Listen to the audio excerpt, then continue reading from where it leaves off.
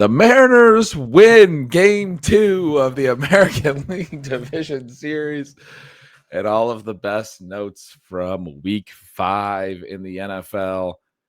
That's what we're talking about today on Stealing Bananas. I'm Ben Gretch. You can find the Stealing Signals newsletter at bengretch.substack.com. With me, as always, is Shawn Siegele. You can find all of his great work over at RotoViz. And Shawn, as we told the listeners, I got a chance to go to Game 2. I got a chance to go to Game 1 as well. Game 1 didn't work out as well for the Mariners. But Stealing Bananas listener, Stealing Signals sub, Andrew, my buddy, invited me out for Game 2. We had a great time, and we got to watch an incredible baseball game. The Mariners beat Cy Young winner Jorge Polanco, hits 2 home runs off him. The whole rest of the team has 2 hits off of him, but we get a 2-0 lead. Then we blow that lead, and then our guys come back from that and get the run needed to push over the edge. 3-2 win. I just got back. I have not watched all of the games. I've seen all of the early window games, except that Saints-Giants game. Decided those teams suck, and I would watch that later. I maybe had some adult beverages at this playoff baseball game. It's very tense at playoff baseball games. I saw the Washington Chargers game. I had seen half of that, and you mentioned that the second half was fun, and I should finish that up before we jumped on, so I did that. Saw a little bit of the Lions-Bengals in the afternoon as well. Have not seen Titans-Cardinals, have not seen Bucks-Seahawks, although that was played right next door to the Mariners game. As I got down to the Mariners game, I saw a lot of dejected Seahawks fans. Got a little spoiler there when there were several thousand unhappy Seahawks fans. Shawn, how are you doing? You've probably seen all the games. Let's talk a little Week 5. Yeah, I have seen most of them. I was actually at 21-21 in Seahawks-Bucks when we stopped here. I just spoiled you. Because of the weirdness of different contingent bids, Ben, and the way some of that can work out, we ended up with 3 defenses for one of our teams that had defense on the bye. That wasn't the intention.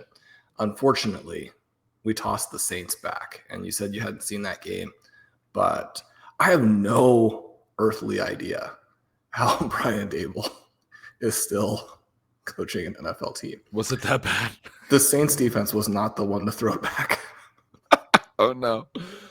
So anyway, but yeah, where do you want to start here? We had the Cleveland Browns starting Dylan Gabriel across the waters. Yes. And let's talk about him. You've been talking about forever. He looked incredible.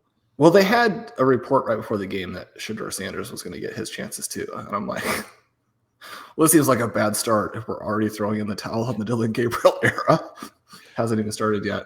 I was pretty nervous about them with the Vikings having kind of been over in Europe already. Yeah. Was that a legitimate concern? I think it was. I've been talking about this in the betting stuff over at Stealing Lines for a couple of years. Last year, the Jaguars were the first team to get to do the 2 weeks in a row. I tracked the travel schedules on this stuff a little bit because I think it's pretty significant, and I don't think people paid enough attention to it. The Jags had 2 games in a row last year. Their second game, they got the Patriots. They had been over there for a whole week. ETN goes down early. They just do like 26 Tank Bigsby runs, and he ends up with 100-plus yards, and they win the game basically just running Tank Bigsby because they won the line because they were adjusted. And so I took the over in this game. It was way down to like 35.5. It did require a late, Vikings touchdown to get over, but part of that was I think both the coaches are pretty sharp and they would come up with some pretty good game plans. There's a very low number, and you're thinking, things can happen in football games. But the big reason you would be down on this, or the number would be so low, is you have, obviously the rookie QB on one side, but the other side is you have Carson Wentz, and you have all of these offensive line injuries for the Vikings, and you have the incredible Browns defense. And to answer your question, my thought there was the travel stuff would make it so that the incredible defensive line advantage wouldn't necessarily play up to that degree, and I don't think it did. I mean, they should have been able to completely wreck this game.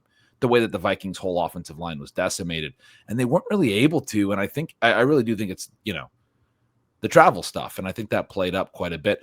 But Gabriel, I thought, looked great. I mean, I was obviously joking all summer about how short he is and all these things, but the accuracy is supposed to be his carrying trait, and Stefanski's designing stuff where, he's able to see the throws that are there sometimes. And when he can see the throws, he makes the throws. I mean, Jonathan Vilma on the broadcast was really highlighting a really nice flag route he threw to David and Jacory right before the half, where he layered it in over the underneath defender. But there's also the safety coming down, and so you need to get over the underneath defender, but with enough velocity to get to Njoku there before, that guy's able to jar the ball out. And it's a really good throw.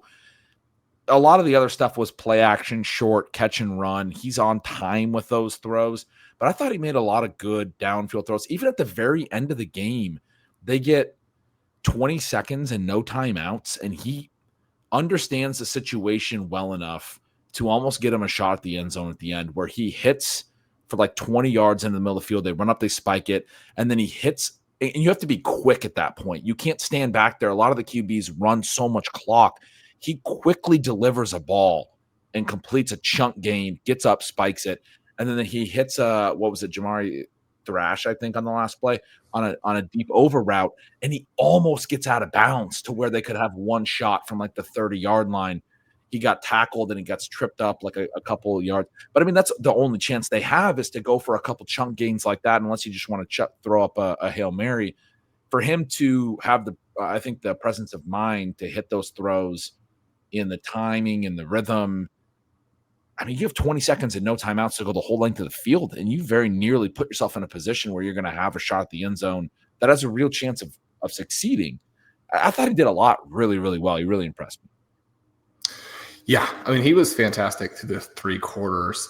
They got a little bit conservative in the fourth when, it looked like they were going to win, in part because you did have Carson Wentz against this, pretty good Browns defense that has some playmakers. The possession that was disappointing was the second to last, when they have the game won. They have the ball out at the 41 to start. They again hand to Judkins a couple times. He loses a yard. They're not able to pick up the third down, where they do try and throw it. And then from that point, you finally get some Jordan Addison action. But for most of this game, it looked like Jordan Addison was going to give us essentially a 0. But, Well, did you see the notes on – he didn't play the whole first quarter. And then it was reported that, you're not super into Twitter, so you probably didn't see this. It was reported that it was disciplinary or whatever, coach's decision. It seems that he went off, and I saw something.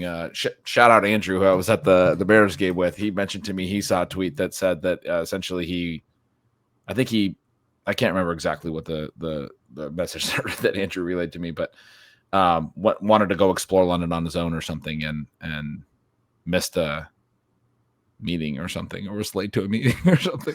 It's almost like these folks haven't seen Ted Lasso and don't know what the big team excursions and whatnot when you're out there in Europe are for. But it's very much on brand. But you get the Jordan Addison drive. You just missed 3 games. You've just let your teammates down from some poor decision making. Like, maybe be a little bit. The off-field stuff's I'm not going to be here in London again for a while. It's like, he's incredibly talented. Who cares?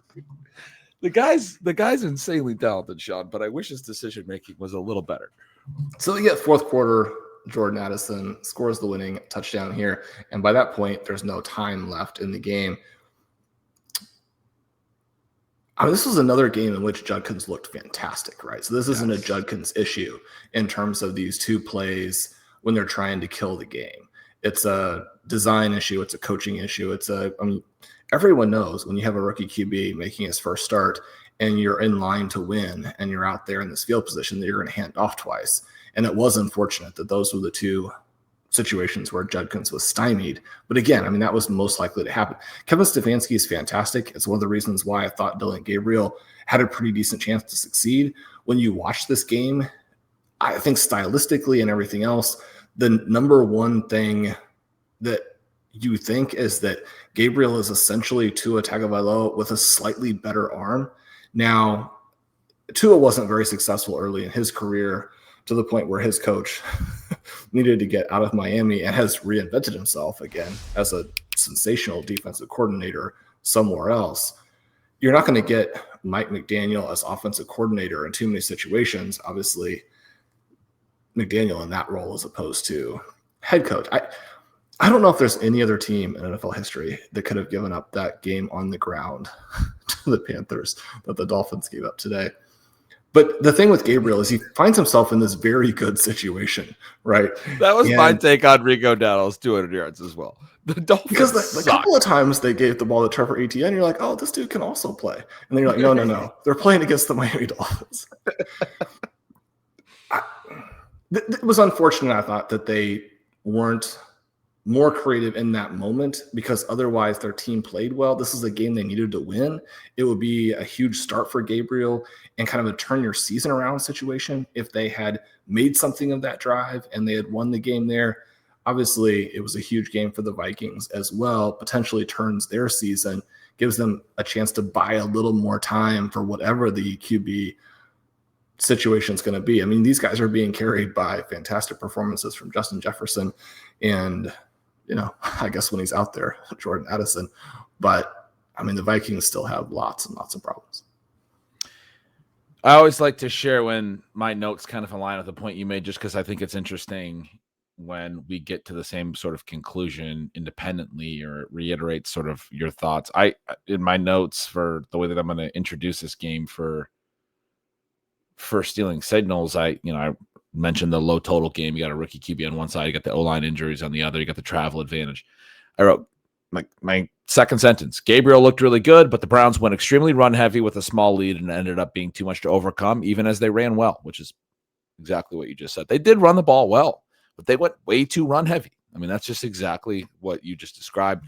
Gabriel played well enough to win. And I mean, you could say that like the play calling or the play sequencing let him down. You can also understand why in a rookie's first start, coaches always get a little bit conservative and try to win that way. But yeah, it ended up being too much to overcome. I mean, it's on the head coach. It's not on Gabriel. He played an incredible game. Sounds to me like you're a little disappointed. You wanted Gabriel to go win that, like get the W. You want him to get as many starts under his belt as possible. I think he earned a lot more playing time in a way that, I mean, even if Shedeur Sanders gets out there, I don't think he can probably be expected to play that way. Most quarterbacks don't in their first game, right? And especially under those circumstances, you're talking about being in London against a Brian Flores defense that confuses veteran quarterbacks. The types of stuff. I thought he'd play terrible against Brian Flores in his first start. I thought they put him in a really tough spot. Flores, but you had questioned. We didn't have a chance to talk in as much detail, as much length as usual because you're doing all this Mariner stuff. But at one point, I mean, I had Jerry Jeudy on some benches, and you acted surprised about that. Like Jerry Jeudy to this point is dropping so many passes. He's dropping passes that are not even intended for him. He did kill a drive in this game by not coming up with a pass you have to catch. It was good when he was on our benches because he didn't score any points again. I was David mostly Njoku, surprised because you've never wanted to put Jerry Jeudy on the bench. Starting last week, I was like, I'm starting to have way more comfortable red fog in the whole Jerry Jeudy mind space. But I mean, Njoku unlocked in this one. There was no yardage to Fannin, but you could see some of the things they wanted to do with him, get the early touchdown out there. So in all those situations where people had to start Fannin, you're like, got those points locked in right from the beginning. I mean, they came out firing and just didn't close the game. Yeah, it was tough. And then, as you mentioned, Addison has to, well, as you mentioned, he didn't perform for most of the game. He had to sit the whole entire first quarter. We get no announcement. A lot of people pretty annoyed about that in the fantasy space. Doesn't do very well in the second or third when he's playing his first couple quarters. And then for the second straight week, he gets there late because that was kind of the story last week. He has the really long reception late, doesn't end up quite getting into the end zone on that play, but he went over 100 yards and, certainly was a decent enough game in week 4. At least in Zay Flowers' situation today, there were defenders around him. But when he makes that catch, falls down, and beats those guys back to the inside, in what world do you not score? I mean, I wouldn't have scored. And anyone dreaming and not being able to run away from the knife-wielding attacker who's chasing them, wouldn't have gotten away. But how did Zay Flowers not get in there? Because you're this is going to be Derrick Henry scoring a touchdown in a game where he gained 15 yards. The fact that ball from Cooper Rush was off the wrong shoulder and he did the full 180, shoulder turn, caught it going to the ground, and then got back up faster than I think I've ever seen a receiver who had to go to the ground to catch a pass. He bounced back up so quick that both defenders over pursued. Like you said, he cuts right between them to get to space. I was like, oh, that's a touchdown. He's faster than everyone on the field. Their controllers are broken, and he's just hit the turbo button. And then somehow he didn't score. Again, it was a situation where, like you're saying, he got up so fast. It was he understands you're not down just because you caught the ball and went to the ground if there's no one around you. And once you get up that fast, you beat the guys to the inside. Man, he should have walked it. I thought he was in.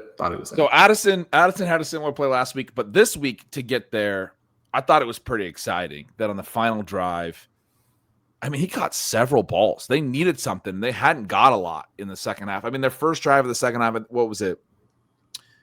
10-7 at half or something like that.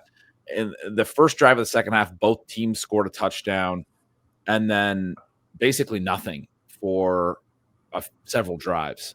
And I think it's 17-14 through all that stretch. Is that right? And then it ended up 21-17. And because they fumbled, they missed a field goal. Right. There's a lot of ball movement. I mentioned I bet the over on this and thought that it should have hit a lot earlier, but it did finally hit late.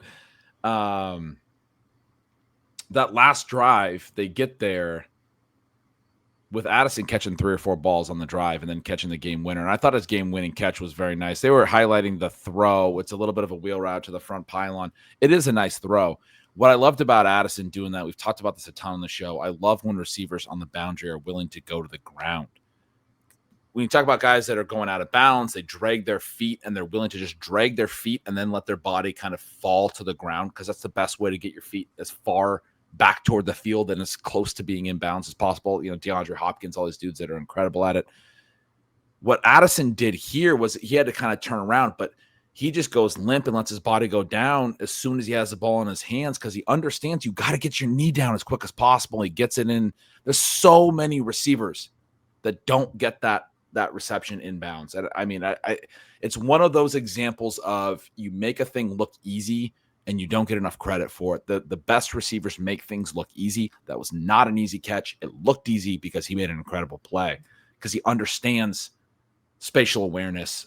It's not just getting the ball into your hands. That's not the reception. There's so many receivers that they're so focused on catching the ball in their hands. That's not all that it takes for a catch. You also have to have 2 feet down in bounds. That's the other part of the catch. There's 2 parts. It's a multitask. And there's so many receivers that don't get that second part of the multitask. Addison's one of those guys. You see it all the time with the good ones. They know that I have to concentrate on getting the ball in my hands. I also have to concentrate on getting my feet down in bounds. And based on where he was and where the throw was, it was a good throw. He did an incredible job, I thought, to get his leg down and make sure he was in. Probably a big, moment for him after getting suspended again and sort of letting his teammates down again to pick him up there. Everyone seemed to be pretty pumped on the sideline for him. Yeah. So congratulations, Jordan. See how many meetings we can get to this next week. He does look fantastic. That 1-2 punch with him and Jefferson, pretty clearly the best in the NFL. But speaking of one of the other great tandems, that somehow Devontae Smith was not on any of these teams that had 5 guys injured. And so I managed to get him on some benches this week, and it wasn't the right week for that. He looked fantastic. It turns out that if A.J. Brown makes enough noise, sometimes you are the guy who comes out and has the huge game. And again, with the caveat that we have a few games that we'll be working through later, and including in other writing shows, what have you. I mean, this was not just the game of the week. Even though it wasn't that high scoring, this was one of the best games of the year. It was super fun. One of the best games of the year. I don't know if I buy that. I guess if you like defense, but I don't. There was a lot of punts in this game, wasn't there? If you're rooting for the Philadelphia Eagles to break their unbeaten streak, that it was the best game of the year. That's right. I'm just touting all my betting wins today. So I took the Broncos. Yeah, get all those stealing Lions victories out there. Yeah. Broncos on the money line at stealing lines, plus 185. I don't take a lot of big money line on underdogs, but felt like that was a fun money line pick from the perspective that we think the Broncos, we talk about it here on the show all the time. We think they're a good team, a good enough team to go into Philadelphia and win against a team that maybe isn't incredible. I didn't just want to take the points because I felt like the Eagles could also just crush the Broncos in this game if they played their brand of football. The way they've been playing lately is not them, but they continue to play that way for the most part today. I do think they're going to snap out of it eventually, but man, the Eagles did not look good offensively again, even as they did try to throw the ball a ton. They hit on the Barkley wheel. We talked about that last week, the running back air yards. The Achane touchdown today was incredible. We're seeing, I mean, you hit on it last week. I've written about it. Turns out, I mean, it was cracking me up the whole time I was watching that Thursday night game, because I somehow have always been under the impression that Kendrick Bourne is good. And it turns out the only other person on earth that has that impression is Mac Jones. Mac Jones is really good, right? Bill Belichick and company deserve a lot of criticism for blowing the early part of his career. That dude can play. When we saw the breakout last year from Brian Thomas, it was in part because Mac Jones was throwing him passes. Beside all that, I wasn't playing Kendrick Bourne or anything, didn't get the 24 points. It would have been absurd to have been doing that. But even though it's another game where Christian McCaffrey averages 2.6 yards per carry, I mean, it turns out the only thing you need to go to 4-1, beat the Los Angeles Rams, is Christian McCaffrey and his 8 for 82 and 1 line as a receiver. Then you have to put a superstar receiving back out there in 2025. It's the biggest weapon in football right now against what defenses are doing, to get that matchup that you get every time you split your running back out, because you can't get the explosives any other way. I mean, the Barkley play was a 47-yard touchdown. We saw it with Bucky Irving last week. We talked about it. And these running backs against linebackers, that's the one. They're not going to roll a safety over the top of a running back. I mean, you got to do it whenever you can. The Mac Jones thing, Shawn, are we going to get a – I just think it's so funny that Kyle Shanahan at this point, it's sort of lore that he traded up to draft Mac Jones, but then was convinced to draft Trey Lance. And then Trey Lance got, Wally pipped by Brock Purdy. Is Mac Jones now going to Wally pip Brock Purdy after Brock Purdy? No. But Mac Jones is going to be a starter somewhere else in the same way that some of these guys like Sam Darnold have been. And unlike Sam Darnold, I mean, Mac Jones is really good. Yeah. I mean, I don't know if you remember, but Devontae Smith had 200 yards at halftime of that national championship game. He also had an 8, 114, and 0 line today on 10 targets. He looked great. Was a game in which I was sure, and you haven't said it yet, but I was sure this was going to be one of the nights you were going to tell me that Devontae Smith's better than A.J. Brown. Is he better than A.J. Brown? Well, if you watch this one, you might think so. No, I mean, he's very good. This isn't a terrible line from Jalen Hurts, with the exception of anytime that they put the game on his shoulders. Not anytime. In these games, I mean, obviously, he and the team annihilated the Kansas City Chiefs in the Super Bowl last year. The Chiefs defense held up for a half, and then Hurts was able to take them apart in the second half. In this game here, they had it under control. You have that touchdown to Saquon Barkley that you're referring to. They're up 17-3. The Broncos were something like 1-114 or something like that, trailing in that scenario going into the fourth quarter. And then they come back on the road. And I mean, Bo Nix will make some bad throws. All quarterbacks make some bad throws. Jalen Hurts had some pretty terrible throws in this game and took 6 sacks, which turned out to be pretty definitive when you contrast the lines of the two players. Nix also needs his guys to make some plays at other points in the game. Courtland Sutton has a bad drop early, but you can see everything that the Eagles are good at in this game because the Broncos are very, very good. And I mean, they had to fight tooth and nail, and the defense had to pull out all the stops to help bring them back. And then you have Nix and the team. I mean, Courtland Sutton, 8 for 99, showing absolutely no burst in this, but also showing the physicality that gives your QB a guy you can rely on, right? He's got great ball skills. I mean, he plays the ball in the air very well. You also have J.K. Dobbins, again, running hard against a good defense, getting in the end zone. We actually saw Nix flash a little bit of that athleticism that we want to see. It's not something huge from a fantasy perspective, but I mean, one of the weird things in the first couple of games of the year when he was disappointing was he also wasn't showing much elusiveness, much speed when we need to run. We got more of that in this game. Otherwise, you have a huge spread as he throws 39 passes. And other than those 10 to Sutton, you get a balanced attack. But at least, even though it's not an impressive game statistically, you actually got a really nice play from Troy Franklin, which could potentially open things up. Because Franklin's basically been getting volume, but missing on all the types of plays that a player of his caliber should make. He makes a nice play in this game. We get a little bit of Evan Ingram to give us some hope that he might be healthy. He scores a key touchdown. You get a little bit of RJ Harvey again in the passing game, very close to having some of those plays pop. But this is a defensive battle from beginning to end, but Nix and company are able to climb back into it with the help of their defense. Yeah, it was a great game. I was giving you a little bit of a hard time about the Devonta Smith being better than Brown thing, but in part because I think it would be pretty valid to say right now. I got asked a little bit about Brown last week from some of the Stealing Signal subscribers. What do you do with him? And I basically said, I don't think you can sit A.J. Brown under any circumstance. He's one of the 5 best receivers in the world. You just have to assume that. I mean, if he's on your team, you have to take your lumps, basically. I mean, you don't put him on your bench from the perspective that whatever you're playing over him is very unlikely to score in the way that A.J. Brown can at any given time. And it's not just like, oh, I'd feel bad if he had a monster game, but like A.J. Brown is so good that like you can't expect him to continue. Just because he's been bad the last few weeks doesn't mean that you should predict him to be bad going forward. Now, I'm saying all that because I said that going into this game, and I watched this game and I thought it was going to be a squeaky wheel game. He looked disinterested in this game as well. There was a couple.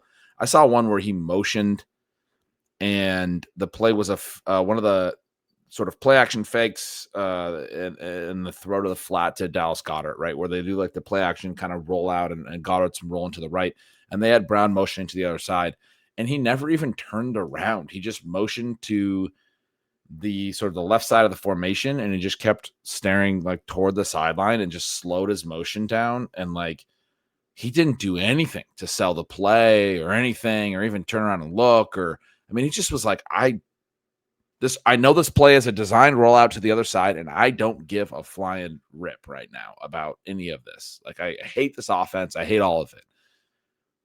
5 catches, 43 yards on 8 targets. Devonta Smith goes out there, and he's been frustrated as well. 10 targets, 8 catches, 114. Great play on the 52-yard catch.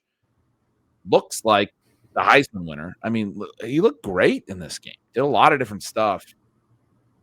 Now, A.J. Brown's got Patrick Surtain on him all game, and that's part of the reason that Smith had more room to operate, and they're going to Smith more. You would expect that when you're playing a team with one elite cover corner. But, yeah, watching this game, I was like, man, Devonta Smith looks like the guy that John's talked about before. He's right there with Brown, if not, better at times. And I thought he looked great. I mean, he's still very, very young, still coming into his own. I don't think Brown's over the hill or anything. I think Brown is just disinterested. And if this version of A.J. Brown is going out there every week, like, I mean, I always talk about how he's been 2.5 plus yards per out run every year of his career. He's not going to be that this year because half the routes he's running, he doesn't care. Like, he's not trying right. Well, we got the the massive performance when they needed to come back in week 3. But I think following that up with the game that we referenced last week, where he had like 7 yards on 9 targets, I mean, that's kind of a spirit breaker, especially when you're going to come back and face, as you mentioned, Patrick Surtain. And there were some times in the game where he did get the edge, but then they didn't continue to capitalize on that, in part because they had Smith running free and making these plays. I mean, Smith has great speed. And I mean, for someone who's not that big and physical, he can also elevate and make great plays on the ball. He's just a superstar receiver. It's pretty mind-boggling how much Jalen Hurts struggles to get them the ball. But I also, in his defense, want to say that generally speaking, when they've had these struggles, it's because of very poor coordinating. And so, again, I think you have to put a lot of this on the coaching staff. The other thing that can happen in these games when you're playing an elite team is that things can turn, and they can turn in such a way that it seems like you're cruising to victory, and then you've lost very quickly from an offensive perspective, where they're up 17-3. You get a 10-play, 64-yard, 4.5-minute touchdown drive. They go 3 and out, lose 6 yards. The Broncos come back with a 6-play, 72-yard, 3.5-minute touchdown drive. Suddenly you're tied, except you're not tied because the Broncos go for 2 and make it and Which put was pressure awesome. on you. It was pretty awesome. Fun. Yeah. And then they go in another situation in which you actually get Troy Franklin looking a little bit more like Devontae Smith and less like someone who is running the gauntlet and has never tried to do that before. You get another 3 and out, and then you get an 11-play, 50-yard drive from the Broncos. We referenced how a lot of RJ Harvey's scoring last week came after they had run 70-plus plays, and you're not necessarily going to get that. We know that a few weeks ago, when they lost a relatively close game to the Chargers had a massive play advantage. But this was the second straight game where, very specifically because of how this fourth quarter plays out, the Broncos have, number one, a very large play total, which helps you, and a significant play advantage, 70-55. I mean, that's how you end up beating the Super Bowl champions in the fourth quarter. You've got to dominate the ball. You've got to have those successful drives, which they had. And I think you really can give the whole team and the coaching staff credit. Think about all the great plays that Sean Payton dialed up. You think about Bo Nix, and I mean, he's got plenty of arm talent to be a very, very good QB. Certainly not elite arm talent. What he does do well, and what you saw when he was utterly dominant with these crazy video game numbers at Oregon, is the ability to process. Now, does that translate to the NFL, which is not just like one level harder difficulty, but many levels harder? Well, we saw again today that when you give him opportunities, and this is, the way that Sean Payton does it is different than the Shanahan coaches. And a lot of the Shanahan coaches have struggled if they're not actually Kyle Shanahan himself. But when you give your coaches opportunities and give them options within a play, and that's the thing we saw with Mac Jones on Thursday night, where he's making all of these plays where even as you're watching the play as a very frequent football viewer, you're like, oh, I didn't really think that's where the play was going to go. Mac Jones either came off of his first read or just the play design was very deceptive. A lot of the plays here for the Broncos in the fourth quarter had that same element to it, where Bo Nix would set something up and then come off to a Cortland Sutton under. There were just so many options, so many ways that the Broncos could attack this elite Philadelphia defense. You saw those late. It'll be interesting to see if that continues to carry over. And then if there are fantasy ramifications for it. Is there anyone else other than Cortland Sutton who ends up being unlocked? Because we're still kind of in this phase, and the one that you had talked about preseason, where if it's this spread, then it may be difficult for fantasy managers to really play it successfully.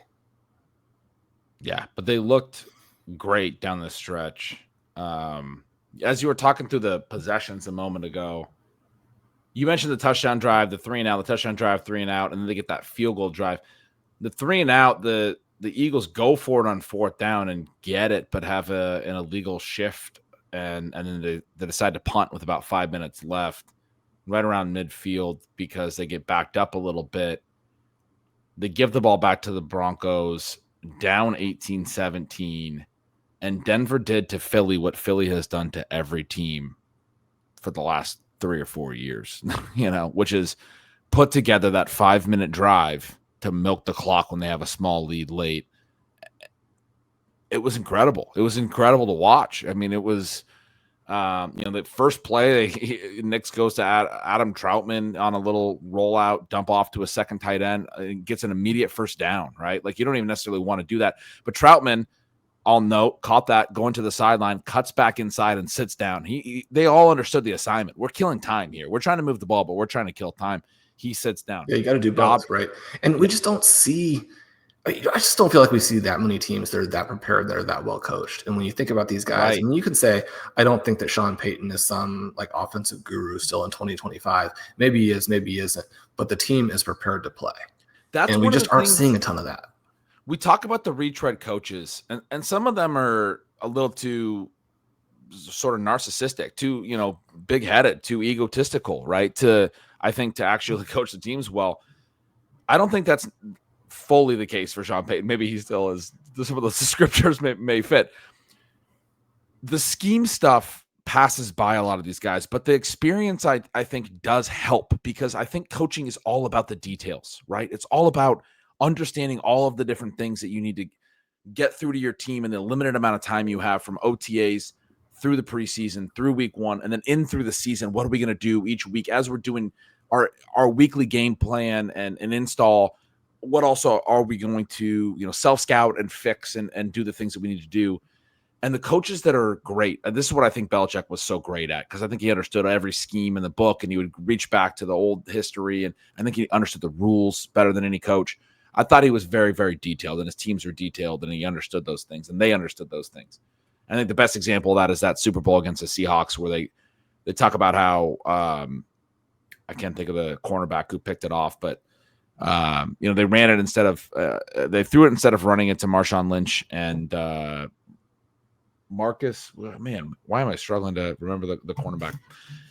Anyway, the interception on Ricardo Lockett there, they talked about how that play was something they had talked about in film study, and they knew that when Seattle went to that 3-receiver set, that was likely to be, a play like that, and he jumped the play. He understood the situation. I want to jump this play because in this situation, like the interception is worth so much more than the possibility that you get beat by trying to jump a play. You just need to commit to a potentially game-changing play and not worry about the ramifications of not doing it. Those types of details. Shawn, one of the examples of this today, the Colts. I think Shane Steichen is a really, really good coach.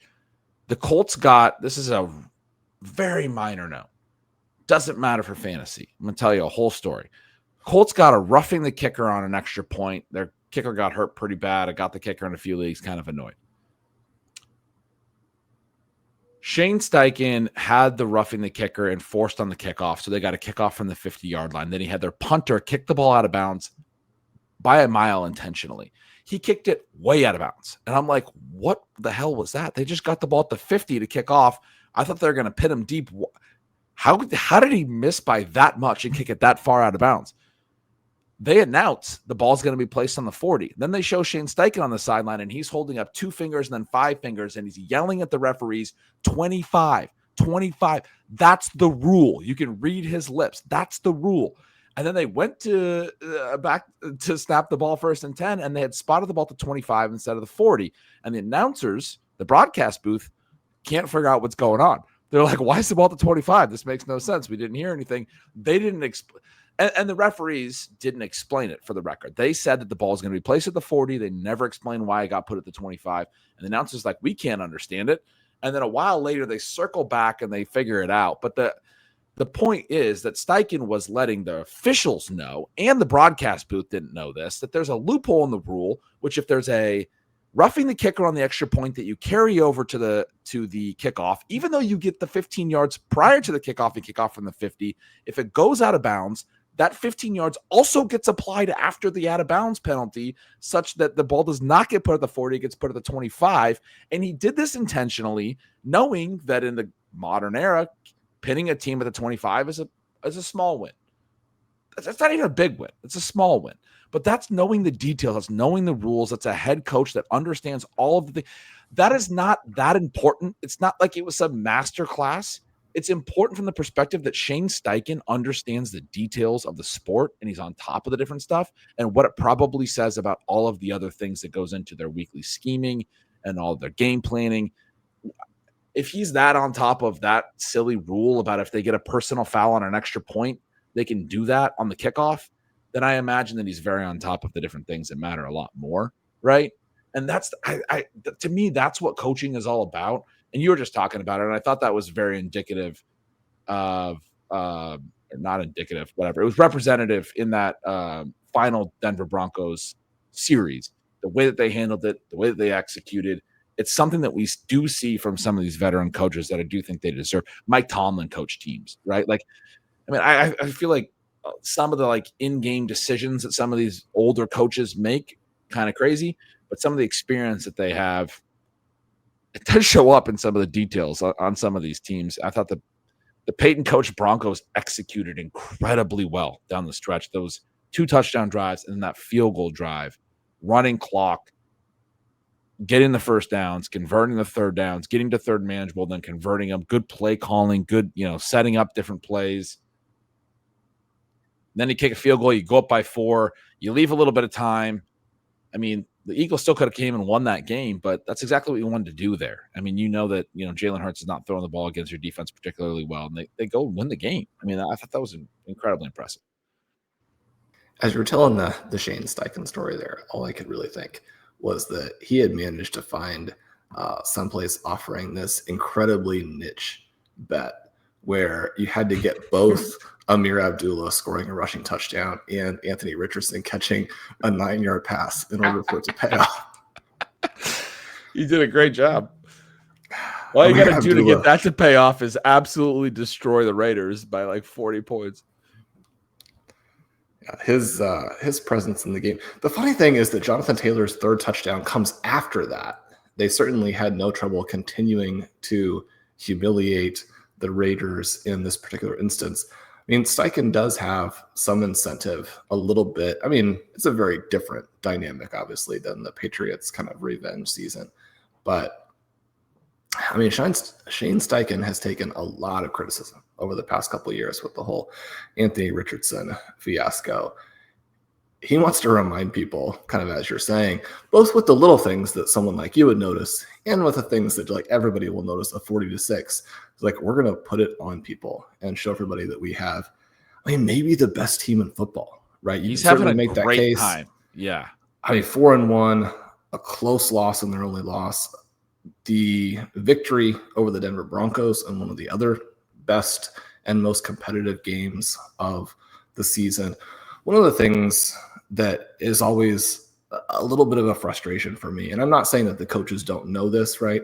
But as they're previewing the Bengals-Lions game, and you're trying to figure out, like, what could our talking points really be about the Bengals? They're just terrible now that they don't have Joe Burrow.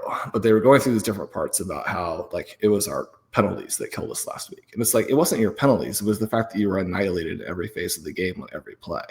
And the penalties are a symptom, right? They're not the cause of any of these things. And while I think that most of the football people do know it, even when they say it's the turnovers as well. People understand that the turnovers come when your quarterback is overmatched, when your offensive line is overmatched. The penalties come when your players are stressed and are overmatched. Now, they also come when you haven't prepared your team well enough, globally speaking. And certainly we know that the Bengals have had trouble getting ready for seasons. They did have the 2-0 start this year that was a little bit fluky. They look very bad now, although, Ben, you do have some fun things in the portion of the game that you haven't seen yet. Some reminders that some players are so good, they will transcend. No, share it. Share it. Let the listeners hear it. I won't. Well, did Jamar Chase do some incredible things? He made a sideline catch that was similar, a touchdown catch similar to Jordan Addison's, and then an over-the-shoulder long touchdown catch where like most of the other, I mean, I mentioned how, Jamar Chase will drop a pass or 2 or 5, but all of these guys who have caught a ball and gone down at the 1. Now, he was 20 yards clear, but the over-the-shoulder catches, especially when they're not perfectly thrown, are not that easy. Jamar Chase, it was exciting.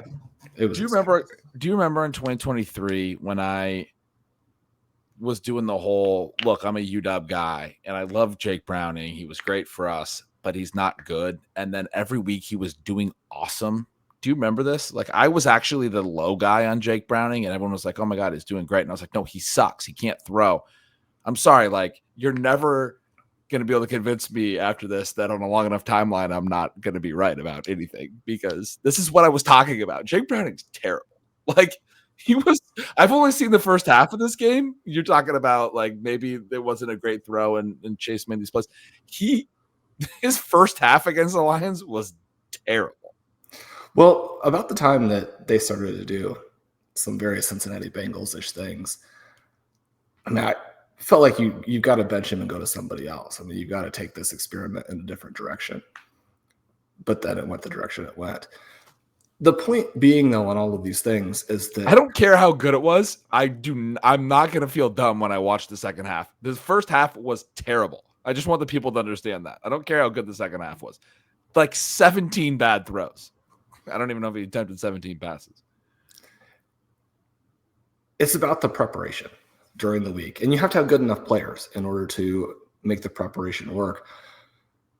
But you see a real separation. And it's one of the reasons why it's been so frustrating to watch the Titans over the years, is that the level of preparation, either because the roster is so bad or because of the coaching staff, is just not up to what you have to make an NFL team work, right? And there are so many little things that you can do if you have time, because the rest of the preparation has been there, that I think that you and I would – I mean, you would assume and you would love to see. One of the things that when you have some continuity with good players and a good coaching staff, you see all of the things that the Lions can do, all of the things that they can make an opposing team have to deal with. All of these teams should have specific plays they can call out where a receiver makes a spectacular catch and makes the catch, where you can signal that we need to fake rushing down the field in order to generate the challenge flag. Because you see all of these situations where the team is obviously rushing because their guy didn't catch the ball. I mean, you've got to have plays in there for when you did have a catch, and you're going to force the team to burn one of their timeouts, burn one of their challenge flags. Having said all of this, I do want to also say that coaching is very, very difficult. Even something like coaching, Division II tennis a long time ago, you learn very quickly how much you can control, how much you can't, and how much repetition and how much detail there actually has to be. These ideas that people have that, and this is the whole thing with prospect analysis too. And someone's like, well, this guy is extremely athletic and they just need to fix these things.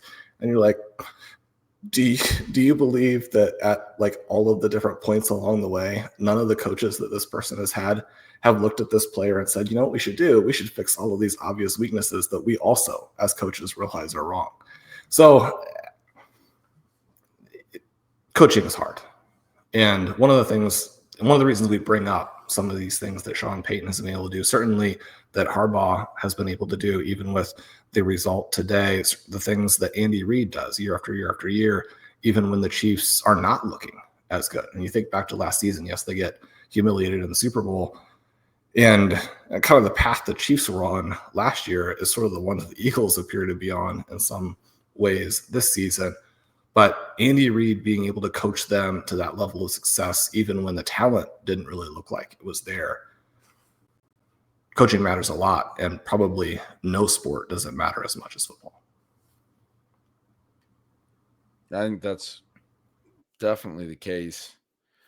All right, let's talk about the Commanders and Chargers, because that was a game that I watched a little bit of before the Mariners game, and then before we jumped on here, you mentioned the second half was pretty fun. I'm guessing it was because of one Bill, Jacory, Croskey-Merritt. I had a note that he was playing early. He looked good. I wrote the broadcast notes. He's been pass blocking better, backfield takeover happening. Then I had a note to myself. I wrote this in the first quarter, but we see it through the rest of the first half at least. He hits for a TD run in the second quarter. And that was before I went to the whole Mariners game. And then I came back and I watched the second half. He does lose a somewhat costly fumble at one point in the fourth quarter. And they shockingly go right back to him. Yeah. He looked incredible in the third quarter before that, and then they went back to him after it. Long catch and run, another touchdown, a fantastic broken tackle in the box that he busted outside for a long run. He looked amazing in that game. Is that who you were kind of excited about, or is there something else? Yeah, his performance, I think that certainly when they fell down 10-0 and then the Chargers are driving, there were a couple of like massive swings against the Chargers in this game. And then obviously you can see sort of the ramifications of the Chargers offensive line and the injury ruination there, which I mean, it just is unfortunate because it's robbing us of, I mean, the Chargers look like the best team in the NFL through the most fun offense, the most 2000 offense. You were talking about after week 1 or week 2, one of those games that we got, it was like, this is a throwback game. The Chargers are playing every game like that. It was awesome. And now it's like, it's harder for them to do that. Yeah. You have some issues with Omarion Hampton in this one. You have the huge fumble early by Quentin Johnston. You have, I mean, maybe the most disastrous roughing the kicker in any regular season game. I'm not aware of this in any huge postseason games, but it's possible those are out there. If we have listeners that know of one, certainly chime in. We'll throw some history facts on one of the shows. But yeah, McConkey punt return touchdown jumps over the last defender. I mean, that was a sick return. It was one where it was one of the weakest efforts, I think, from someone who like must have, I mean, granted it's, it's like the punter or whatever, but someone who said his bell rung earlier in the play. Yeah. And isn't quite all there. And yet the smoothness of McConkey going over him, just like the level of athleticism, there are certain plays where you're like, yeah, I mean, that is really, really cool. To lose that touchdown and then have the Commanders embark on the drive that turned the game. You think about the swing plays in this one, because then you have an interception at the goal line that's tipped, right? You're not going to get a Justin Herbert end zone pick if it's not tipped at the line of scrimmage. I mean, Herbert is playing fantastic football and again looked just extraordinarily athletic himself in this one. Leads the Chargers in rushing by a ways, has the 4 carries for 60 yards. He looks phenomenal, played a great game, and they end up, losing 27-10, in part because of a bunch of fluky plays, and then in part because like once he seemed to get comfortable with his knee and once he just got in rhythm again a little bit, I mean, Jayden Daniels is awfully difficult to beat, which is, what he showed the Lions last year in the playoffs. Yeah, Daniels looks, I mean, even when he doesn't look amazing, you see these flashes that are, I mean, the thing about this game, I was talking about all my stealing lines hits earlier while we're doing that on the show. I'll tell you that this is a miss because I took the over in this game. I took the over because I think over-unders are tough in a landscape where we get better field position, but less offensive efficiency. And it really just kind of comes down to some of the special team stuff, and execution is really my thought on it. With getting fewer possessions overall, all that macro stuff is making picking the over-unders, I think, harder is my take. But the execution is what it comes down to. And when you have Jayden Daniels and when you have Justin Herbert on two sides of the ball, then I wanted to take the over because I wanted to say these guys were going to execute. And I share that for the Commanders to kind of emphasize your point. 8. Good Lord. I say that because the play about Daniels I wanted to talk about from my notes is there's a 3rd and 16. And often on broadcasts, they love to talk about how you don't have plays in your playbook for 3rd and 16. Well, when you're Jayden Daniels, after a false start in 3rd and 11, you just stand in and you deliver a rocket on time, 1 yard past the sticks, 17-yard completion, and you convert it right over the middle of the field. And that ball has to be it's probably not good defense, but it has to be thrown with timing and accuracy and anticipation, right, and all of those things. And then it's one where you've got to put a little bit of pressure on him, because if you're going to play it like that, it's a 3rd and 16. They're going to convert like 85 times out of 100. Yeah, I mean, when you got Jayden Daniels, I mean, he'll hit you right on the break, and you're not going to be able to stop that. The Chargers had a sequence, to your point about the missed opportunities. They had other ones with a few different breaks. They had a sequence where they took a sack on 1st down and they go to 2nd and 19. And Justin Herbert on 2nd and 19. I just complimented Jay Daniels for 3rd and 16. 2nd and 19 hits Quentin Johnson. First down, no problem. Because Justin Herbert's been doing this all day, all year. Negated by penalty. Well, now they have 2nd and 28. So what does he do? He hits Keenan Allen for a 30-yard completion and converts 2nd and 28. He didn't just like shorten that down to 3rd and manageable. And then he lost that to an illegal formation.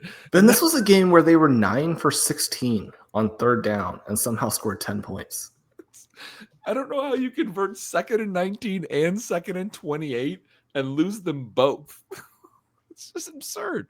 And it's a legal formation. Somebody just didn't line up right. It's not like, holding that gave him extra time or something. I mean, so the other note I have here that I want to look at is their right tackle Pipkins. I think it's Trey Pipkins or something. He came out early in the 2nd quarter, and I mentioned I want to check his snaps. He's playing tackle. Obviously, both Alt and Rashawn Slater are out. I mean, Slater's been out since August, but you lose him, and then Alt's playing left tackle, and now Joe Alt's out after last week.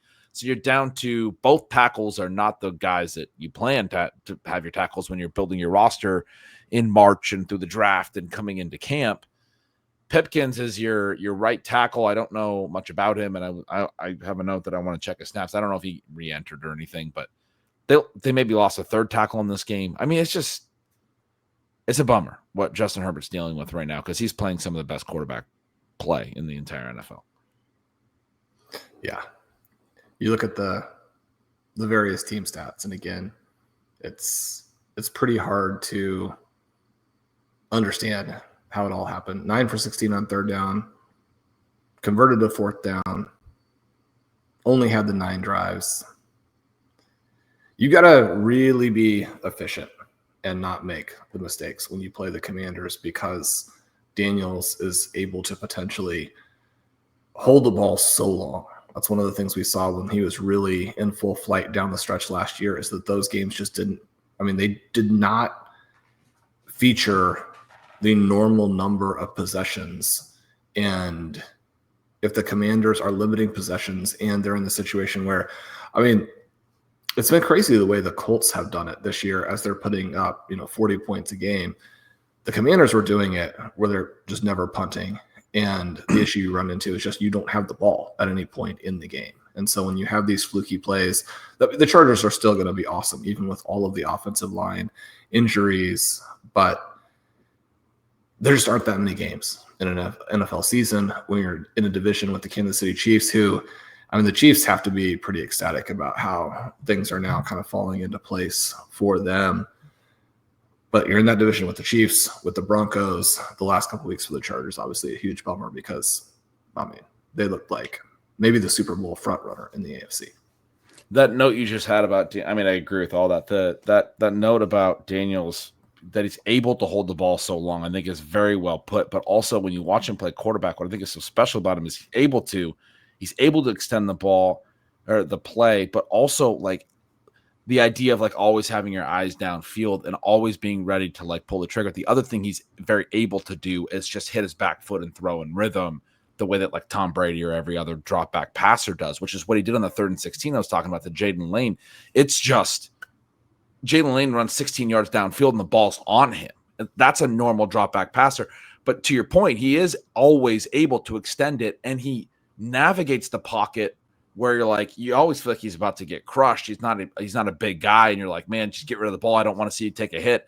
And then he steps through and oh, okay. Now he's found space. He can throw early in the snap or he can extend and throw late. Like some of the guys like Justin Fields, we love Justin Fields, but Justin Fields holds the ball too long sometimes. We all know this. Daniels will release the ball whenever the ball needs to be released. And it's this point about execution that we're talking about. That's why he executes so well on the 4th downs and on the 3rd and longs and all of these things. Like Jayden Daniels understands when the ball needs to be ripped for the best possible percentage chance to, convert that down, no matter what the down is. And I think he's incredible at it. Well, that was making me happy there because the Jets are our garbage time team of the 2025 season. Garrett Wilson is going to be a clear-cut wide receiver 1 just in garbage time. Before we get to any sort of Jets shenanigans, yeah, I mean, Daniels, frozen rope. And it's not exactly the same dynamic, but the speed of the release is uncanny. I mean, it's like Dan Marino triggering those passes back there where the ball is gone. That's right. But then in the rare situation where like a frozen rope is not really the right thing, the throw that he made to Deebo Samuel at the end of this to seal it and to give Deebo another like really high-end fantasy outcome. Deebo gets open in the corner of the end zone. And well before that happens, obviously Jayden Daniels has to release the ball. And you can almost see him think like, what pass could I throw that even Deebo Samuel won't drop? And he throws one that like it goes up to heaven and then comes back down like directly in the deep. I mean, that ball came down from God directly into Deebo's hands. It was a handoff. But we got to give one guy credit. Luke McCaffrey had an incredible catch. It was also a great throw, but this was not as easy as the catch that you're saying the Deebo made. Luke McCaffrey. That's like a 1 in 100 catch. Yeah, that was incredible. And I was like, watching each replay, I was like, working his way into some actual volume. He's doing some cool stuff. I'm watching those replays, and I'm like, that ball hit the ground. That ball definitely hit the ground. There's no way he controlled that ball before it hit the ground. I'm watching every replay. I'm like, that didn't hit the ground there. It didn't hit the ground there. Can I get under this angle? Like, I don't know how, because it's so far out there that he couldn't catch it clean. He had to like not tip it to himself, but he had to bring it back in to really control it. Wow, he's so perfectly thrown that the defender's hand that was completely through and was like 6 inches short of his. So there were 3 arms, and one is trying to knock the ball away. And McCaffrey's are barely further out. The ball just hits his hands, and he secures it. Right 2 targets, 1 catch, 50 yards. Incredible. That was one of the plays of the day. No one other than Deebo Samuel had more than 2 targets in this game for the Washington Commanders. That's a stat. I hadn't looked at the box score yet. That's wild. They love to spread it around, but Deebo had, what did Deebo have? 10? 11. Yeah. I mean, he got a lot. Interesting. Let's talk about that Jets-Dallas game, because Justin Fields against the Dallas Cowboys defense, it's been shredded by everyone and famously cannot get pressure on anybody. They drop back in zone, and he was like, I've never seen a zone before in my life. I'm just going to stand here until somebody eventually gets pressure and sacks me. That's what, like, say what you want. I threw for 283 yards, 2 touchdowns, rushed 7 times for 26 yards. It's like, we're going 0-17. I'm in it for the fantasy points. Pretty good fantasy day. 283 and 2. Mason Taylor, 12 targets, 9 receptions. I was out on him. I've been out on the general pass volume in this pass offense. My theory on Taylor was that his path was very thin because of team volume. Very target dominant number 1. I think basically he needed to prove that he was good. I think he's doing that. He had a really nice diving catch very late in the fourth quarter. Flashed good ball skills there, and it has throughout. I feel like he sort of established himself as the pretty clear number 2, which was sort of the path. Like, number 1, you got to show you're good. Number 2, you have to be the clear number 2. You cannot be splitting targets with anyone else, not other tight ends, not even like a secondary receiver. He's their clear second target. Like, he's their Jake Ferguson, to look at the other side, who goes 7-49-2 and is just going to keep scoring a massive number of fantasy points in those boring ways. But Taylor, 9 catches, 67 yards in this game. No one else, no receiver or tight end has more than 4 targets other than, Garrett Wilson gets his 10 and Mason Taylor gets his 12. Which, would not be that surprising with normal passing volume. But like you were alluding to, I mean, Justin Fields threw 46 passes. It's crazy. I didn't realize that.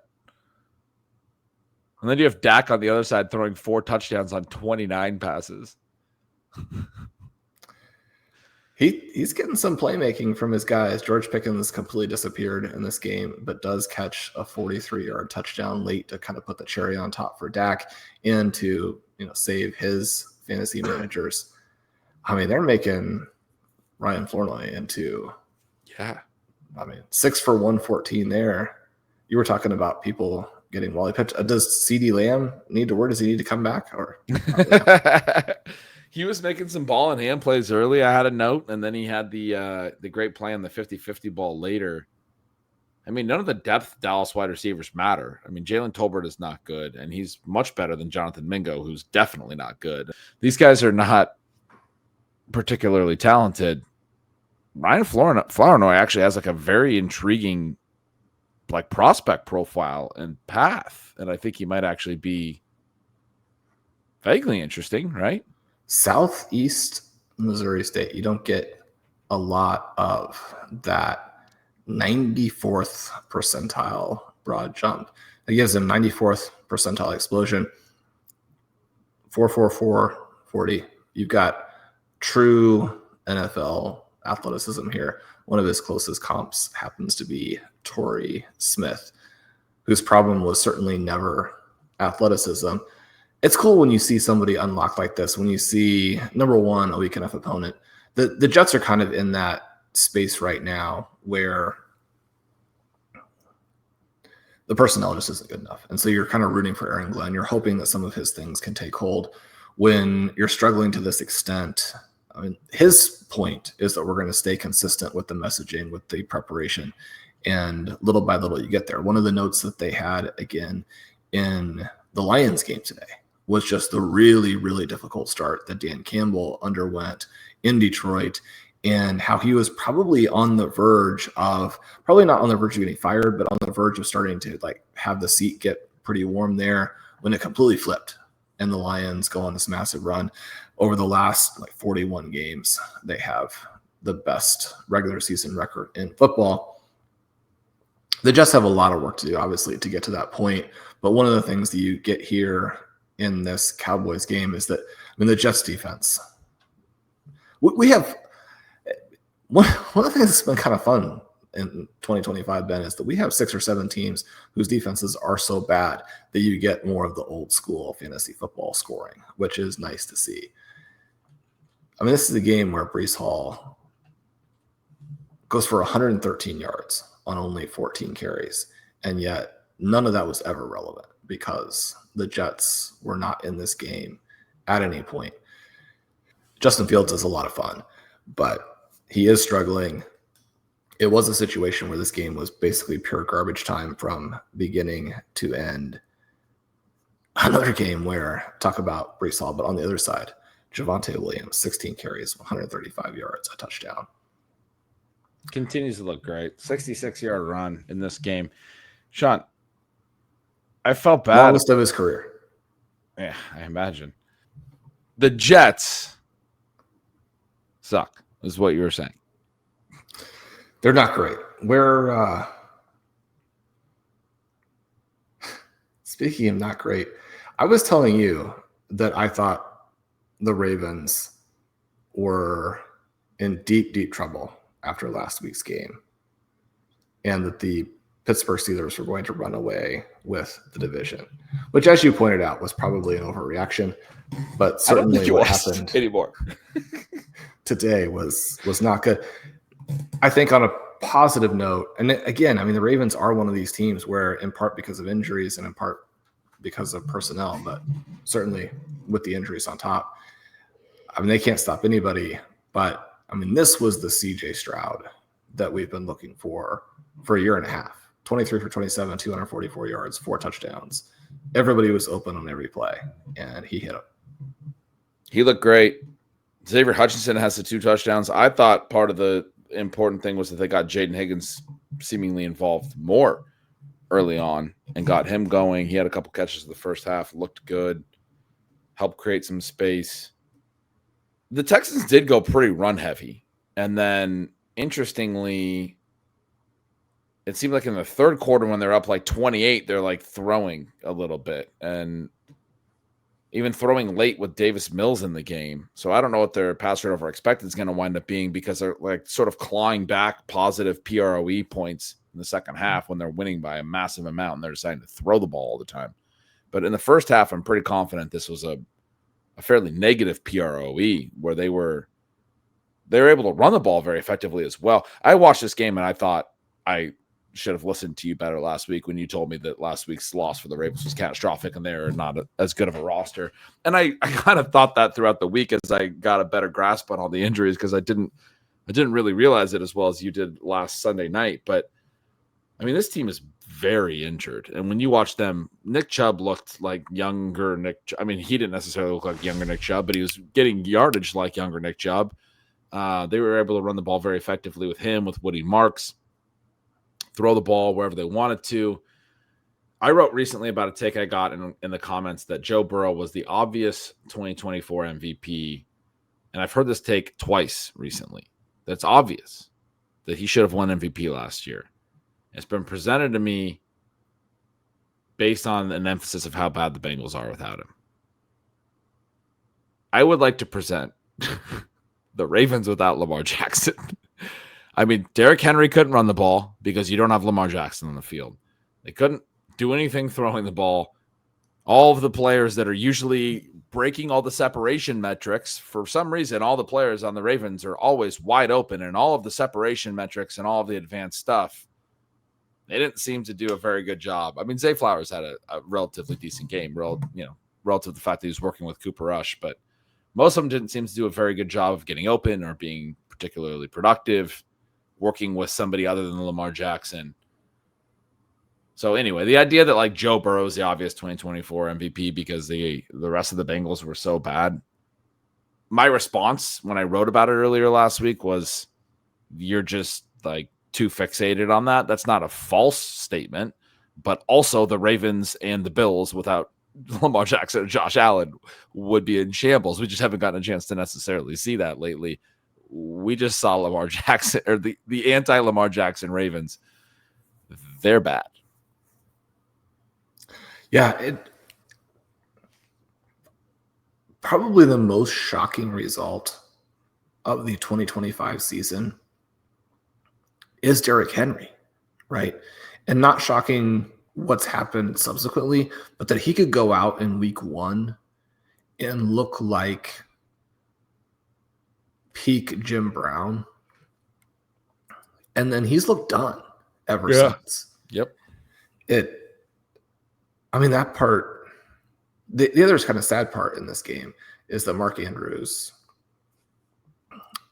when you're thinking about like what was fluky weeks 1 and 2 or weeks 3 and 4, for a tight end in a passing game where he's not the focal point and it's going to bounce around some regardless, when you can't just take a down week and say, well, that means the week 1 and 2 were the right weeks, or the weeks that are more indicative of what mostly is going to happen.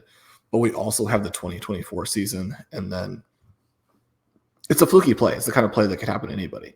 But the Mark Andrews tipped interception in this game is just very similar to all of the stuff we're getting from Travis Kelce, where it's probably the end of the road there for someone who was a fantastic, fantastic player.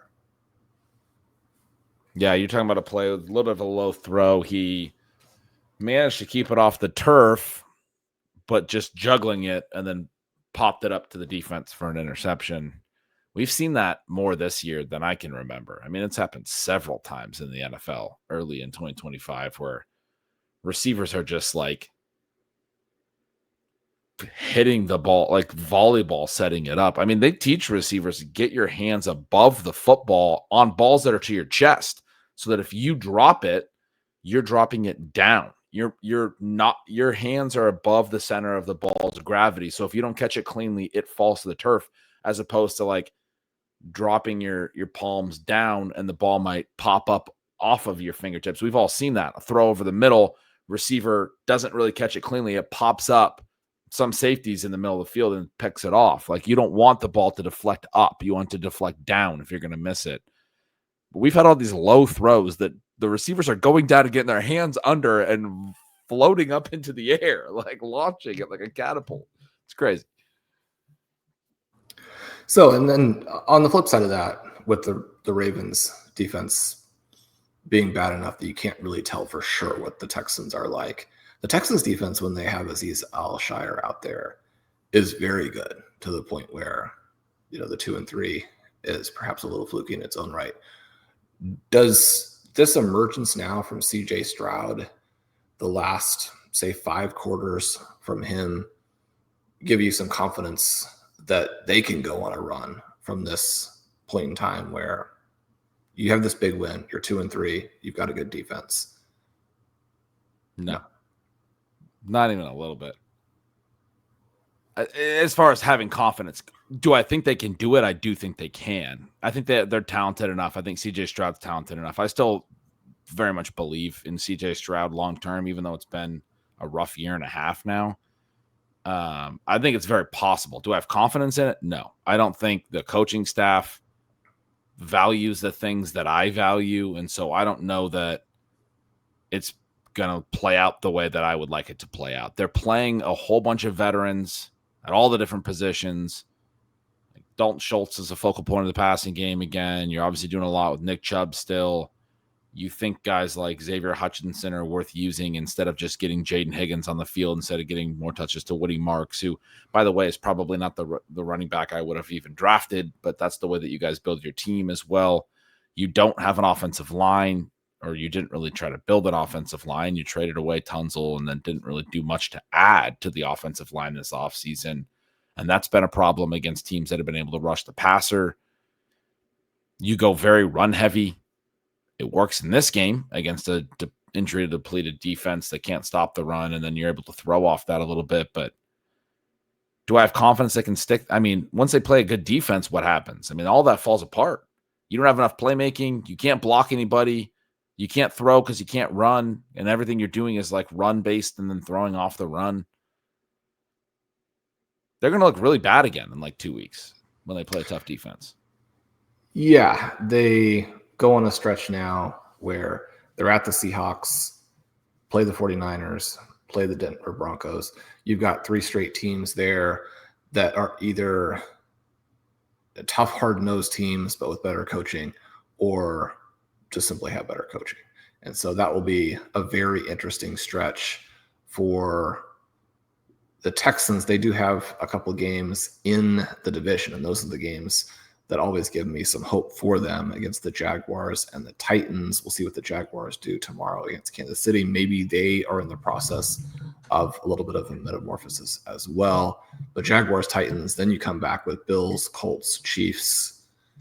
You're going to very much need to